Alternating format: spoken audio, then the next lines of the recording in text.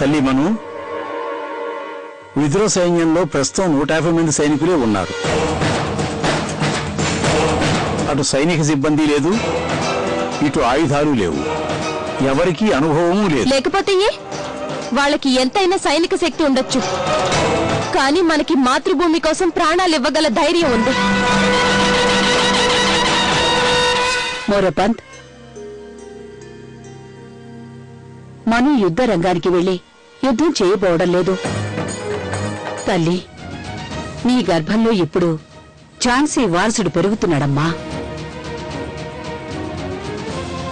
కాలం కలిసిరాక ఏదైనా అనర్థం జరిగితే అప్పుడు గంగాధరికి ఏం సమాధానం చెప్పుకుంటా? పుట్టింటి భవిష్యత్తు కోసం నువ్వు నీ అత్తగారింటి భవిష్యత్తుని పణంగా పెట్టకూడదమ్మా. కాని మా అమ్మగారు ఈ మనుకా సామర్థ్యం ఉంది. కాదు మను, భగవంతుడు శ్రీకృష్ణుడు కూడా కురుక్షేత్రంలో ఆయుధం చేత పట్టకుండానే మొత్తం యుద్ధాన్ని నడిపించాడు. అందుకని ఇప్పుడు నువ్వు కూడా అలాగే చెయ్యాలి తల్లి. ఎక్సలెన్సీ, ఎప్పటికీ మించిపోలేదు. ఇప్పుడు కూడా మీరు మీ సైన్యాన్ని వెనక్కి పంపించుకోవచ్చు.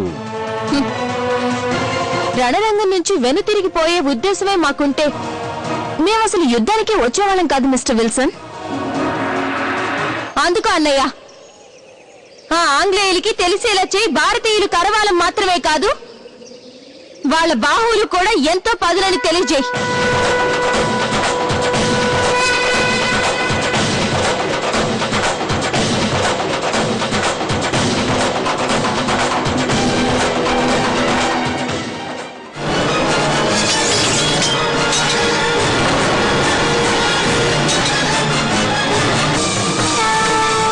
వంచకులారా, నేను కరవాలం చేతబూనక తప్పని పరిస్థితి కల్పించారే.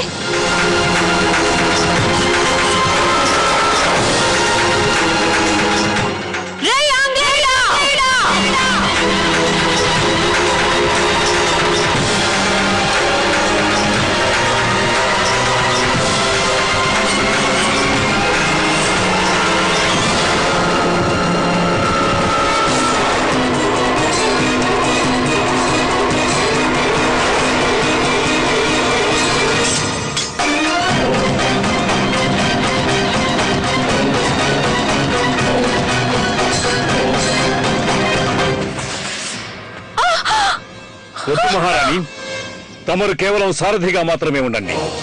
ఈ ఆంగ్లేయుల ఆట కట్టించడానికి ఈ తాత్య ఒక్కడే చాలు. దయచేసి మీరు రావద్దు.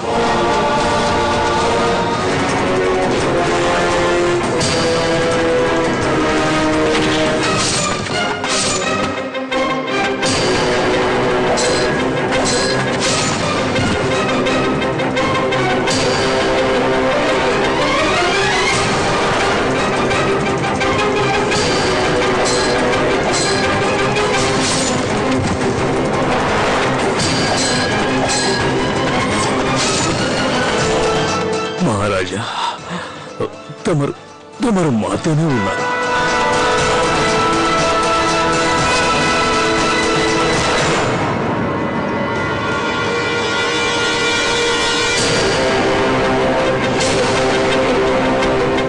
మీ మహారాజు విదర్నే కాక ఈ లోకాన్ని వదిలిపోయాడు. ఇంకా నీకిక్కడేం పని? నువ్వు కూడా ఆయన్ని చేరుకుంటావు, తెలిసిందా? అటాక్.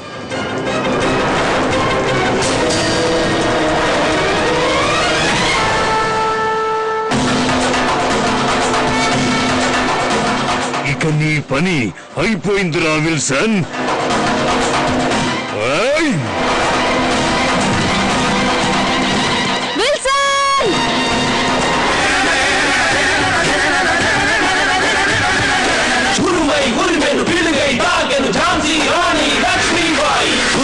దేవి ఝాన్సీ రాణి వీర నారీ నారీమణి నీ పాలిట